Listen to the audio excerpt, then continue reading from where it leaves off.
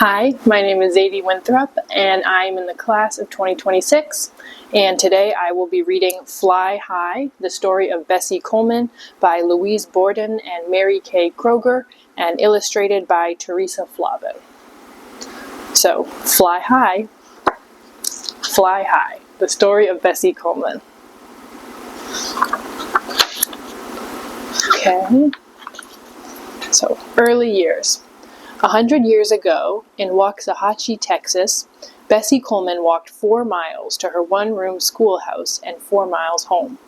Bessie loved numbers, and learning numbers was worth walking those long, dusty miles past tenant farms and cotton fields and small, shabby houses. Bessie Coleman was a reader, too.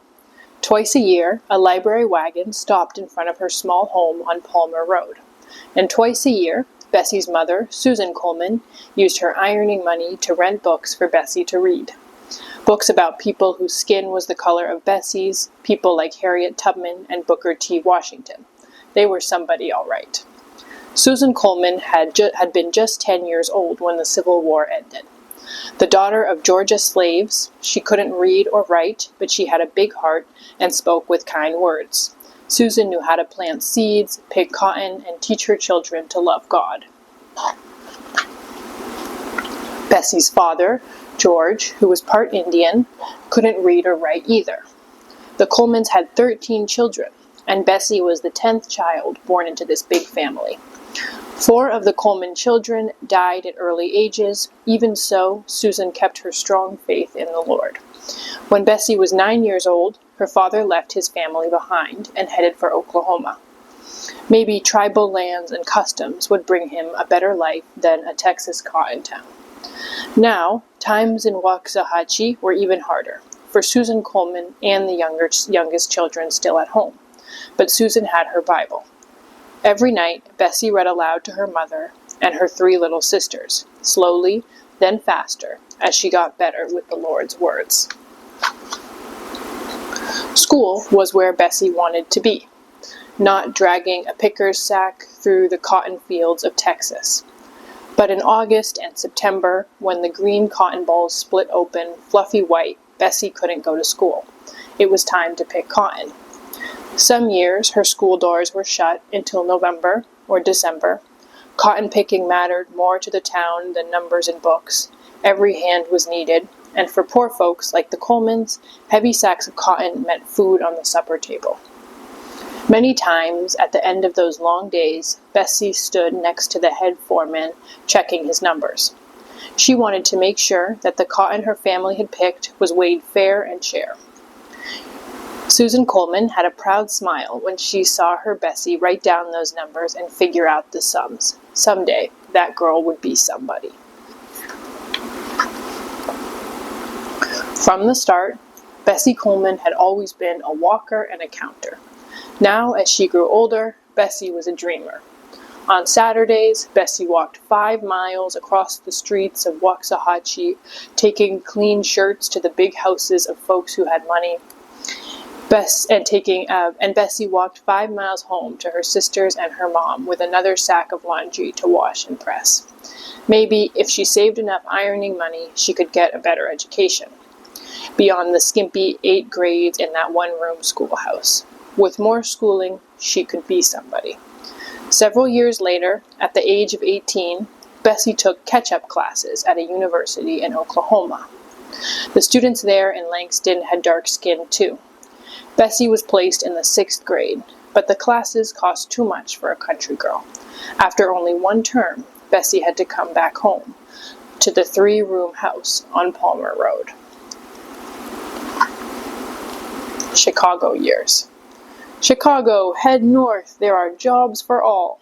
Lots of folks from the South heard those words.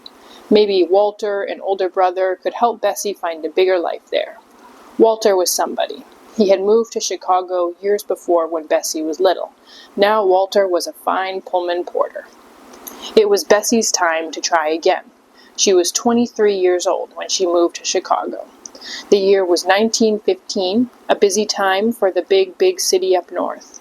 Chicago had tall buildings and trains and streetcars. The wide sidewalks were full of talk and news. Chicago had the wind of Lake Michigan and deep winter snows and was miles away from the dirt floor cabin where Bessie had been born. In Chicago, you could be somebody. Now, Bessie needed a job. There were many barbershops in South Chicago, and most of them had a manicurist. Bessie knew she could learn how to trim and file nails. It was a lot easier than picking cotton. If she were fast at it, she could make good money. And that's just what Bessie did. First, she worked in a shop on State Street. Then she moved to Duncan's barber shop on East 36. While Bessie clipped and filed nails, she listened to Chicago baseball talk and the deep voices and stories of men. Big city life was new, and it was fun. Bessie was still a reader. Every day she read the pages of the Chicago Defender, a newspaper for her people, published by Robert Abbott. Robert Abbott was somebody, and his work was news. Bessie wrote letters of her life in Chicago back to Texas. Soon the rest of the Coleman family moved north to the big, windy city. In the fall of 1919, Duncan's was abuzz with the stories of soldiers who had fought in the trenches of France. Bessie's brothers, Walter and John, had served in that war too. Now they were back in Chicago, home, safe and sound from the battles of World War I. Bessie Coleman was a good listener. As she filed and buffed her customers' nails near the front window of the shop, Bessie heard tales of Frenchwomen who could fly airplanes. John Coleman told Bessie, "Those French lady pilots, they are somebody." Off to France. From then on, Bessie wanted to fly. The pilots and aviators in Abbott's Chicago Defender led exciting lives. If they could learn to fly, so could she. All she needed was a good teacher. But Bessie was a woman with dark skin, and she didn't have much money. The only pilots in Chicago were men, white men. Not one of them would teach her how to fly a plane.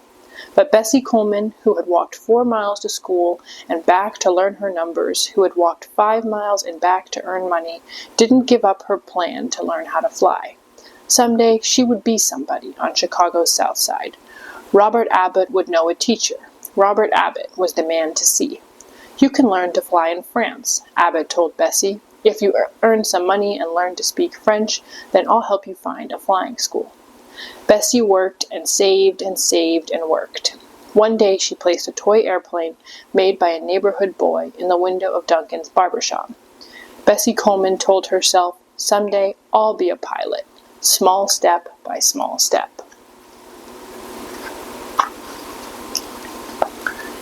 To make better wages, Bessie left the barbershop to work at a chili restaurant.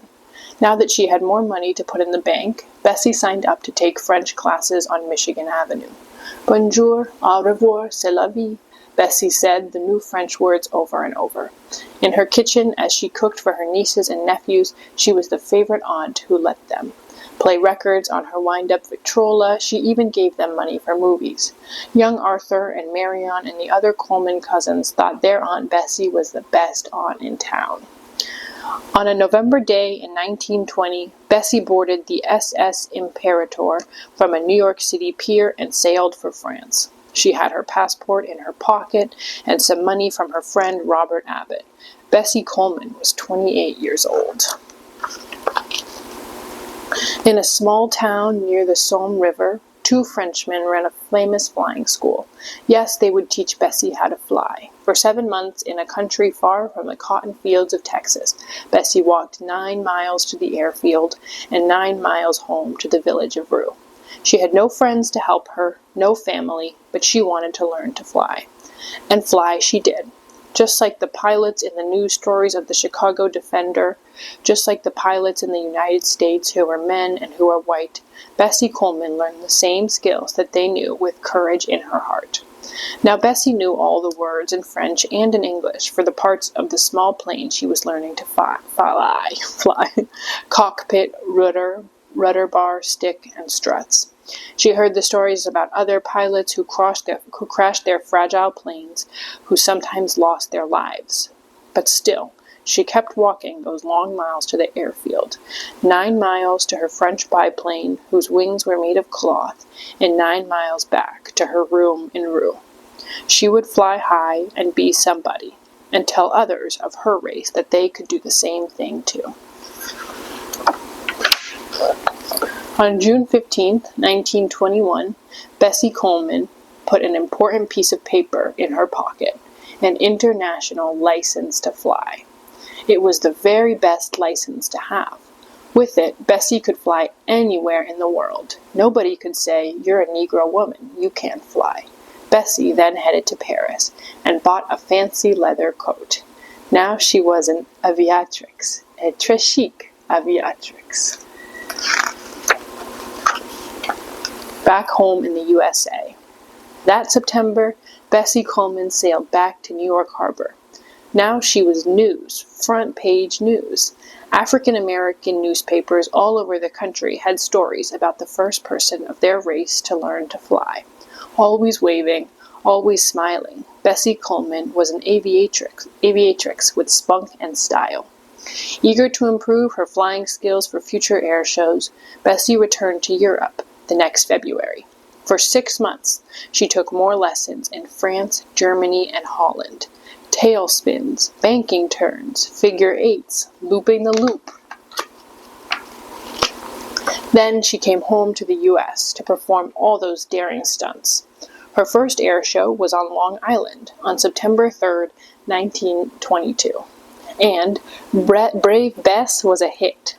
Bessie drew big crowds wherever she flew. Petite and pretty, even in a leather helmet and goggles, Bessie wore tall, shiny boots, and of course, her long coat from Paris. In Texas, in Tennessee, in New York, in Illinois, Bessie Coleman told her many fans, "All of us are created equal." If others of her race weren't allowed to buy tickets for the air shows, then Bessie refused to fly. Bessie Coleman was a thinker and a talker. She visited dozens of black schools and churches in many states. You can be somebody. You can fly high, just like me. Now Bessie wanted to help other people. She wanted to open a flying school so that others could learn to fly.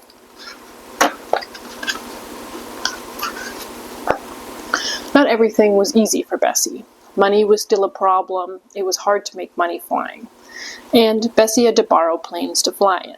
Finally, Bessie was able to buy her own plane.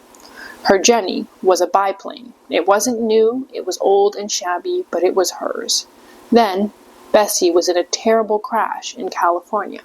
Shortly after takeoff from Santa Monica, the Jenny's motor stalled and nosedived to the ground. Bessie was in the hospital for 3 long months and didn't fly for a year.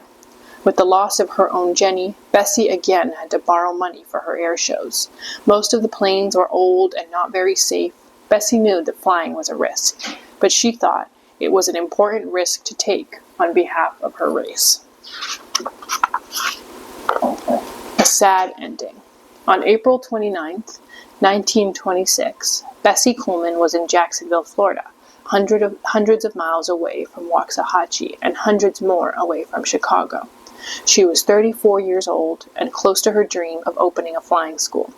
That day, Bessie visited every African American school in the city. She told young people her story. She told them, "You can do something with your life too." Many of Bessie's fans had tickets for her air shows on May 1st. Even her friend, Robert Abbott, happened to be in town, and when Bessie saw him in a restaurant, she thanked her friend for giving her the chance to fly. The day before Bessie was to fly high for the Jacksonville crowd, she and a Texas mechanic, William Wills, were to take a test run in the old shabby plane that Bessie was to use. That morning, Bessie knelt by her plane and said a quiet prayer. Then she let Wills take the controls. While she sat in the rear seat, Bessie was a safe pilot. But this time she didn't fasten her seatbelt.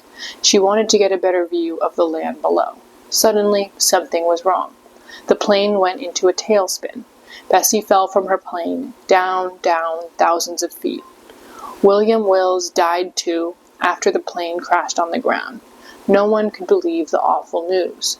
Brave Bess, who had come so many miles from the cotton fields of Texas, would never be able to fly again, would never be able to tell others, "You can be somebody too." Goodbye to Brave Bess. In Jacksonville, 5,000 people, many of whom had heard Bessie's inspiring words, came to the memorial service to say goodbye. Then Bessie's casket went to Chicago on a train. Up and down State Street there were prayers and tears. A formal funeral was held at the Pilgrim Baptist Church in the big city whose streets Bessie called home. 10,000 people passed by her coffin to pay their respects. They would never forget that their Bessie Coleman had shown the world how anyone could fly high. Their Bessie was somebody, all right. Daughter, aunt, walker, reader, dreamer, thinker, student, pilot, speaker, teacher. Bessie Coleman was all of these. Like her mother, Susan, Bessie knew how to plant seeds. Her work in schools and churches was as important as her daring spins and loops in the sky. Across the U.S., some of Bessie's young fans grew up to be pilots. Many others would remember her courage, her smile, and her words. You can do something too. Keep trying. Fly high. Okay, thank you, and happy Black History Month!